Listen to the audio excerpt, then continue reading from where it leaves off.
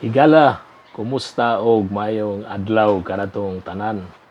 Welcome no usab diri sa atong pagpanag-uban sa atong tulumanon diri sa YouTube o diri sa Facebook o kini no usab inyong higala si Lloyd Galion makiguban kaninyo mag-share sa pipila ka mga punto nga atong paghisgutan karong adlaw o kung buntag mo ni nadungog maayong buntag kung udto nimo ni gi-open maayong udto o gabi baga maayong gabi. Ang ato lang i-share karon mao ang usa ka testimony sa usa ka experience nga nahitabo sa akong kinabuhi o ato kining tagaan og biblical nga significance mga igsoon. Una, last year dunay event sa ako ang light nga medyo bugat-bugat nga nahitabo. Ang una nini is na disgrasya ko sa motor sa ka vehicular accident nga nahitabo sa ako.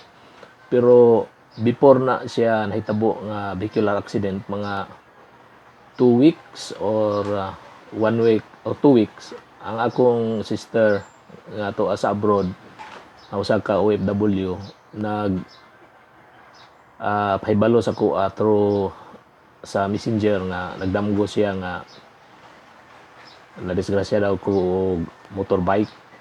And then iya sang gi-relay na sa kong igsuon nga lalaki nga tuwa pod sa gawa sa Saudi Arabia. Ug mao gyapon nagdamgo pod siya. Siya mismo dili ato sister na damgo siya nga nadisgrasya po og motor.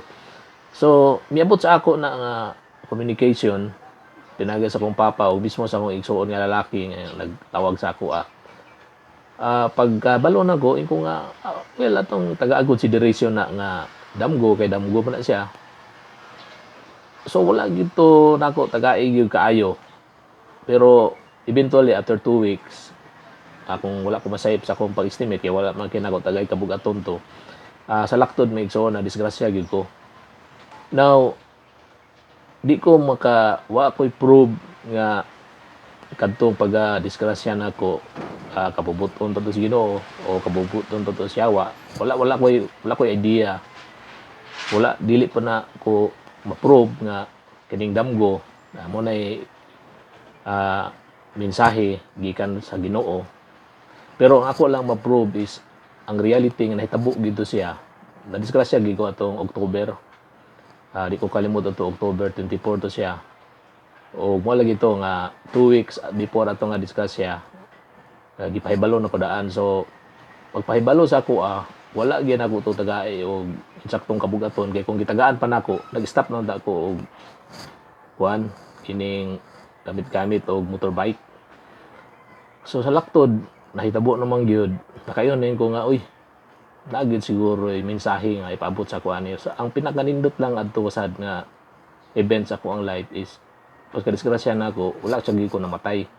O karon napagani diri sa akong kuan kilid ng operation diri kay nabali man ni akong collarbone. Now, ang Bible may igsoon nag-ingon sa Psalms, bless the Lord, O my soul, and all that is within me. Bless the Lord, O my soul, and forget not His benefits, who forgives your sins, and heal all sickness and disease. So, di ana nga verse, mingon pag yun nga, who redeems your life from destruction, and fill your mouth with good things, so that your youth is renewed like eagle. So, kini nga verse sa Bible may igsoon, grabe ka powerful ni siya, grabe ni siya ka gamhanan, o grabe ni siya nga promises nga gihatag sa Ginoo. Bless the Lord, O my soul, and all that is within me, who forgives your sins and heals your sickness. So wala tay prove may igsoon nga kinsa bay naghatag nato problema sa atong kinabuhi, yawa ba o kinsa ba, di nato na o tay ebidensya na. Pero ang atong mahibal-an nga naay kung natay sakit ayuhon na siya sa Ginoo. Kung doon na tayo mga kalisdanan nga sama sa ako itong pagkadisgrasya na ko, makapangutan ako nga unsa ka kung naminaw gyud ko ako gyud gi seryoso kadto siya nga damgo kung ako lang gitong gituan og stop na gyud ko gamit og motorbike dili ka ko madisgrasya. ang akong tubag is sa akong gagahi og ulo ug sa ako ang hinunta dili gid kaya na ako og gitagaag kabugaton to siya nga event. Mahitabo gyud ang mga dapat mahitabo. So disgrasya gyud ko. Ang pinaka nindot na lang adto is wala gyud ko na matay ato nga disgrasya. And the Lord redeem me from destruction and filled my mouth with good things so that I will be renewed like my youth will be renewed like eagle. O yan pa sa promise. So gitagbo rin po sa Ginoo ang panginahanglanon sa operation, although nagkinahanglan dako to siya nga financial sa pag-opera sa ako. Now, ang significance ini sa atong nga sitwasyon karon, wala tay proof may igsuon nga ang Ginoo bay hatag niining corona nga nahimong pandemic or dayawa bay naghatag niini. Dili na nato lalisan karon kana siya nga isyu. Pero ang isyu dia is nahitabo gini siya.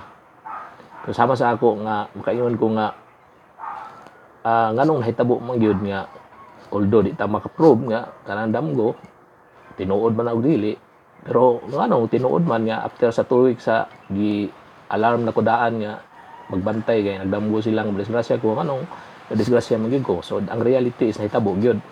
Karon bitaw daghan moingon nga dili mahitabo ang dili ang mahitabo daghang gayong kumpiyansa pero nahitabo naman gyud. O karon ganing atong sitwasyon karon financial collapse sa atong ekonomiya nahitabo man gyud. Bisan na ganig simple nga istoryahan to ka alcohol daghang moingon baligya alcohol pero karon wala man lisod magay paliton. So ang punto na ko igsoon is naay message o naay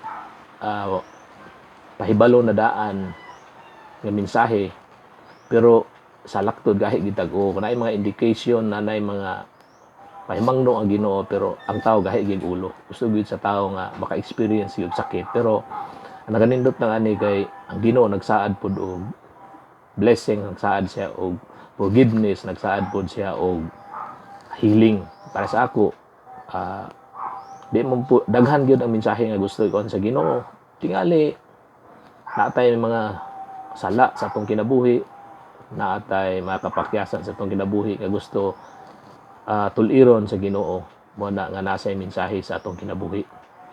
Nasa mensahe taliwala nining hitabo nga pandemic o kining worldwide nga problem sa ato ang tibok kalibutan ning niya. Mo kini ang adlaw sa pagmanudya kay wa gid ta kabilog ano sa ani matapos. Ang ako lang na naibalaan igsoon nga dunay promise ang Ginoo sa healing, doon ay promise ang Ginoo sa pag-redeem na to sa destruction. So, ang ako lang sa tanan nga naminaw karon akong gamit ang akong personal nga testimony na eventually redeem ra sa Ginoo ang akong life. Palagi ko namatay atong nga disgrasya. Pero financially kinahanglan gid ko kwarta adto para maoperahan ko kay nabali ang akong collarbone. Kung ngani na po man diri ang dako gaya nga samad sa operation diri sakit pagani karon. Now igsoon wa ta kay bawog unsay problema nga imo pong gisagubang karon.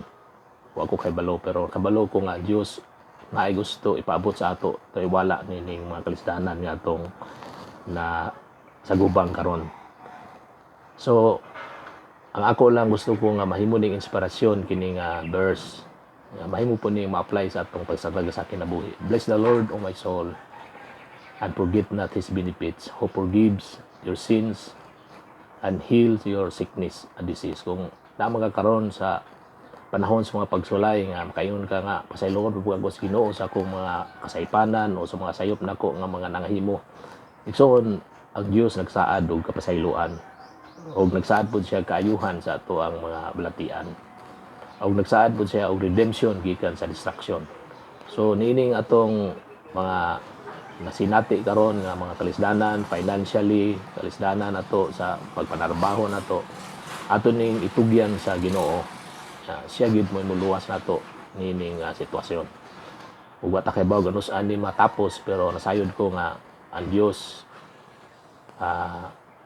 mamuhat sa atong kinabuhi kung kita mosalig lang. So, pagampo ta igsoon, amahan nga langit noon Ginoo, among Ginoong gidala kini nga time aron Ginoo nga tawgon na imong ngalan Ginoo, kay ikaw ang Dios nga nagaayo sa mong sakit, ikaw ang Dios nagpasaylo sa mong sala, ikaw ang Dios luwas ka namo gikan sa katalagman o sa imo pagsaad Ginoo. You filled us with good things so that our youth will be renewed like eagle. Lord, ibalik ka namo Ginoo ang kusog sa pagpangalaga diha kanimo, ug amo isalig kanimo among kinabuhi. Yan kung naging kay mensahe nga ipaabot kanamo mo ni nga imo kami gitugyan ini nga mga pagsulay sa among kinabuhi, ug pinaagin ini nga mensahe Ginoo nga ipaabot nimo kanamo. Amo Ginoo matulid ang among dalan Ginoo nga gilaktan Ginoo sa pagpangalaga diha kanimo. Ining tanan amo lamang gisalig pinaagi sa gamanang ngalan ni Jesus.